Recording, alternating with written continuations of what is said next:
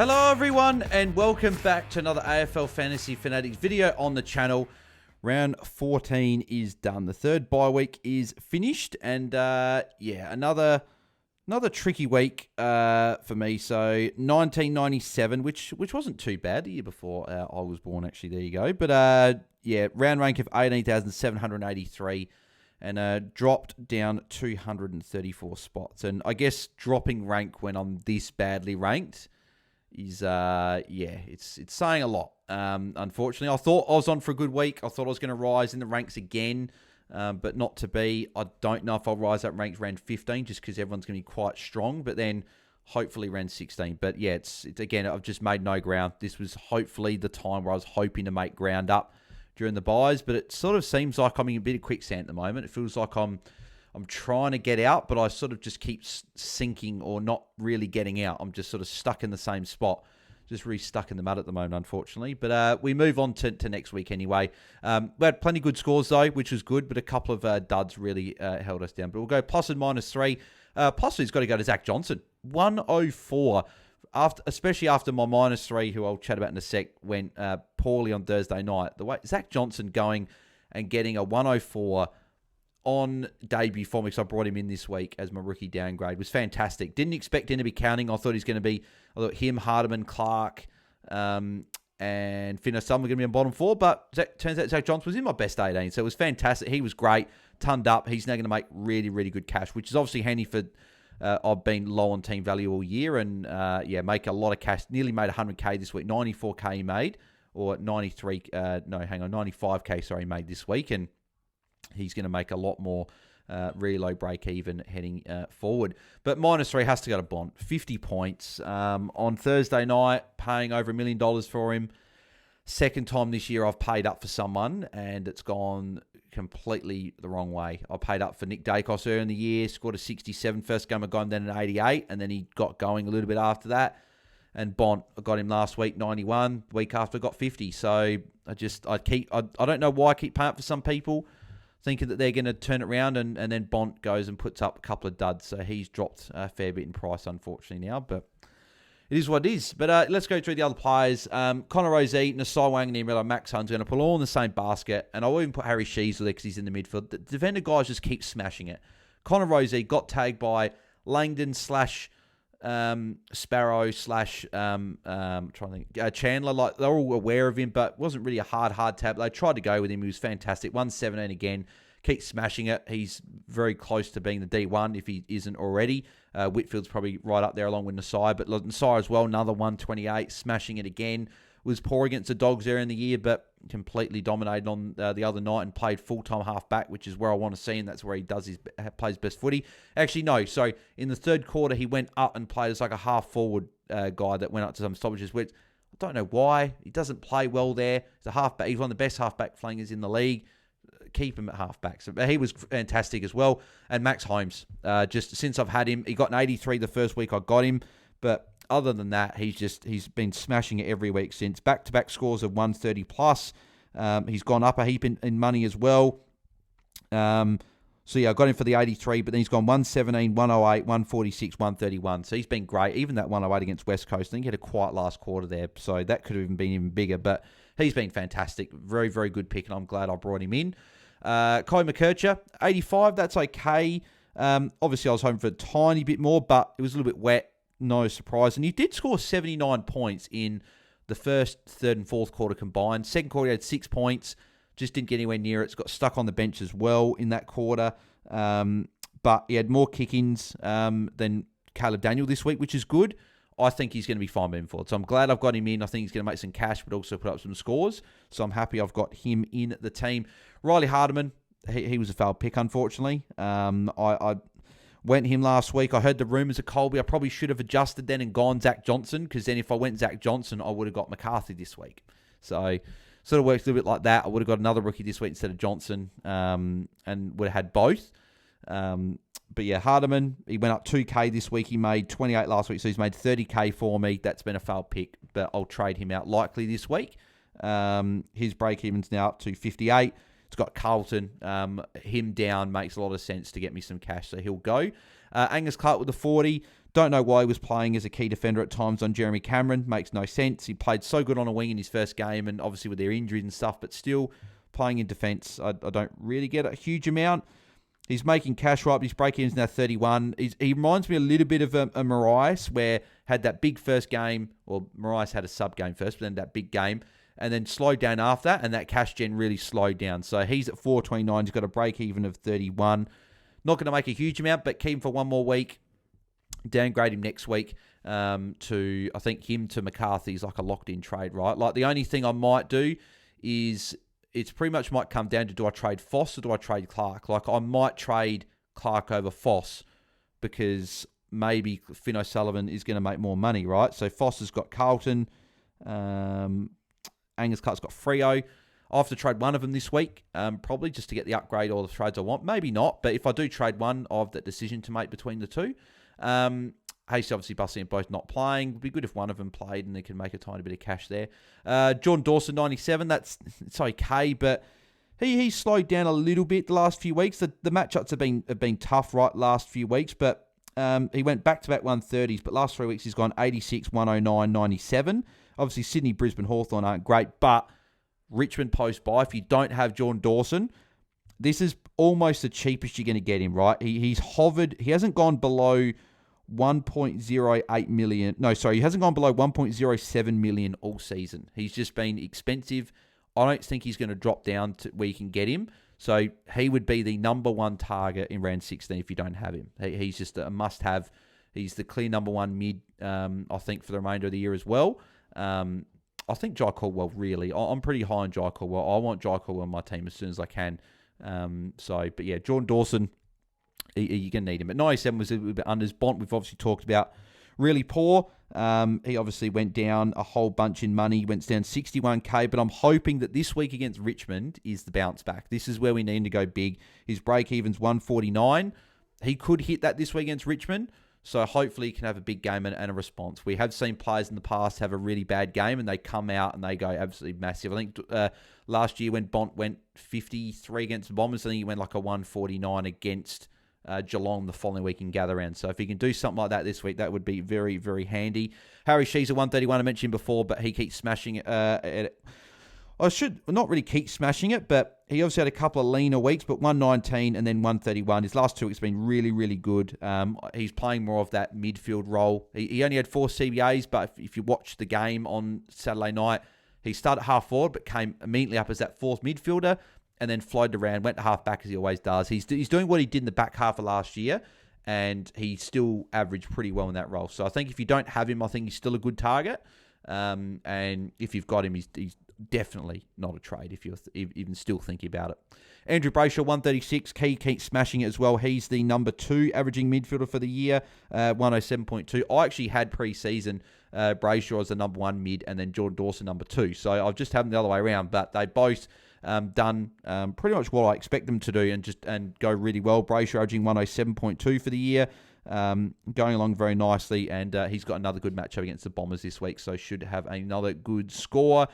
Sam Doherty, 71, a little bit unders. First week getting him there. Didn't go up a huge amount in cash, only went up 8k. I think he'll have better matchups. West Coast to Optus aren't normally great matchups, and then it was a bit wet as well. That probably hampered him there, but does come up against North Melbourne this week at the MCG. I think he'll have a pretty good game there. I think that'll be a game where Doc will go quite well. Played half-back again. There was obviously a bit of talk with the Walsh injury. Does Doc go into the midfield? But Doc, he played full-time half-back. Took a couple of kick-ins as well, which is good. I think he's fine. Just a lower score for the Doc. Miles Burton was someone I was really, really happy with. His role looked pretty good as well. Didn't really play lockdown defence. Was a lot in the midfield. And even when he started at halfback, he then rolled up. So he was really good. Went up 46k this week. Break-even still in 60. Sydney's a decent matchup. I think he goes well again. I think he goes to a Heaney this week. So I think he'll match up on him there. Heaney will go forward at times. Or maybe does Burton play like a midfielder? Does he tag Warner or Heaney whenever they're in the midfield or go on one of them? Be interesting. But he's gone back-to-back tons. Really, really happy with him and making some good cash as well. Ned Long obviously had captaincy duties with my captain this week there. Zach Johnson, 104, mentioned him. He was obviously fantastic. Finn O'Sullivan, 56 is good. Backs up that 81 that he got last week. Makes some good cash again. He's up to 482 now, so he'll be a handy downgrade in a few weeks, if not this week. I think that was his second highest score of the season. So he's had his 2 high scores of the season back to back, and that was in the wet, and he missed an opportunity to kick a goal. So really starting to grow into his role at North Melbourne, and hopefully another couple of decent scores coming for him. Box obviously didn't play. Cherry was a little bit quieter. 93 wasn't exactly what I was hoping for. And a lot of people captained him as well. But 93, slightly unders, but he'll bounce back, I'm sure. They've got Carlton. He's got TDK. He went 120 against him last time, I'm pretty sure, or 116. I know he went really well last time he played TDK. So I think, and Carlton are a high stoppage team. I think that he'll go quite well there. He scored a 116. That was the start of his when he was back from that little issue, the hamstring stuff that he had. Rob Marshall, fantastic, 129. Again, he makes a little bit of extra coin as well. And I think Gawn owners are going to think about that trade. I think Marshall's a great option if you don't have Gawn and Cherry. I don't know if I'm making a trade. Gawn's just looking amazing. So we'll chat about that tomorrow night as well with obviously the gang. But I think that I'm probably leaning towards holding Gawn just with how good he's been. Boyd obviously didn't play there. Bailey Smith, 136. He's just an absolute gun. He's $1.23 million. I wonder if he'll get to 1.3 the way he's going. Break even at 111. Up against Brisbane this week. Didn't play them obviously early in the year. Came off a little bit late. Got some work on the hamstring throughout the game, but he was just fantastic again. And he's clearly the number 1 player in fantasy at the moment, averaging 123.6. Gawn's number 2 at 116.6. And then Dawson is the only other player over 110. You got Rosie Whitfield just outside, averaging 109 and 108. But yeah, they're the clear 3 at the moment. Nick Martin, 102, was good. Went really, really massive to start the game. Had a 50-odd point first quarter.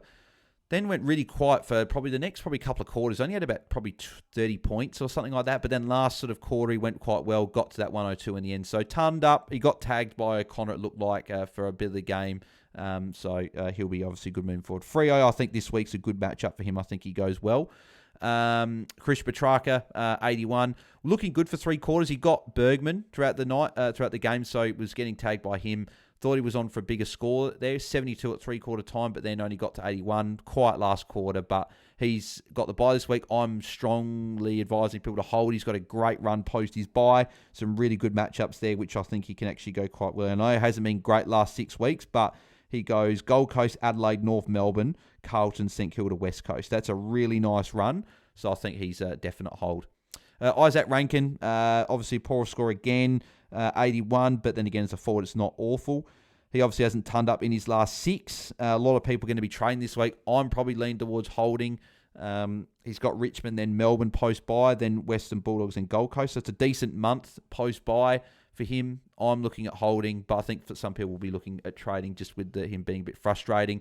But he's only 822k now. You're not getting the value that you would have got maybe a month ago when he was well over 900k. So I'm looking at holding. Caleb Daniels, 78. A little bit unders again, but again, I think the weather played a part in this. But then we keep saying, obviously, North Melbourne, this halfback role is obviously very fruitful of fantasy. But this year, it hasn't really been, right? They're not chipping the ball around as much. They're not getting those +6s. Like, Caleb Daniels get 4 or 5 a game. McKerchie gets a couple. But unless they start chipping it around a lot more than what they have been, I think it's just going to be Daniel is what he is. He's going to be 85 to 90. And he will be just outside top 6. He's probably a luxury trade at some point to one of those guys that's going to be right up there. And Shea Bolton as well. It was really, I'm trying to think where did my team go wrong this week. Having Bont and Shea this week when other people probably had other primos is probably where I fell short. Plus, I had Warner as the extra primo than a lot of others. A lot of people just had Dacos, Long, and that was pretty much it. Whereas I had the extra in Warner, and that's probably where having Bolton, Bont, and then not having that extra primo really hurt. Because Bolton was my 18th scorer, and then had a couple of 70s, sort of lower. But, yeah.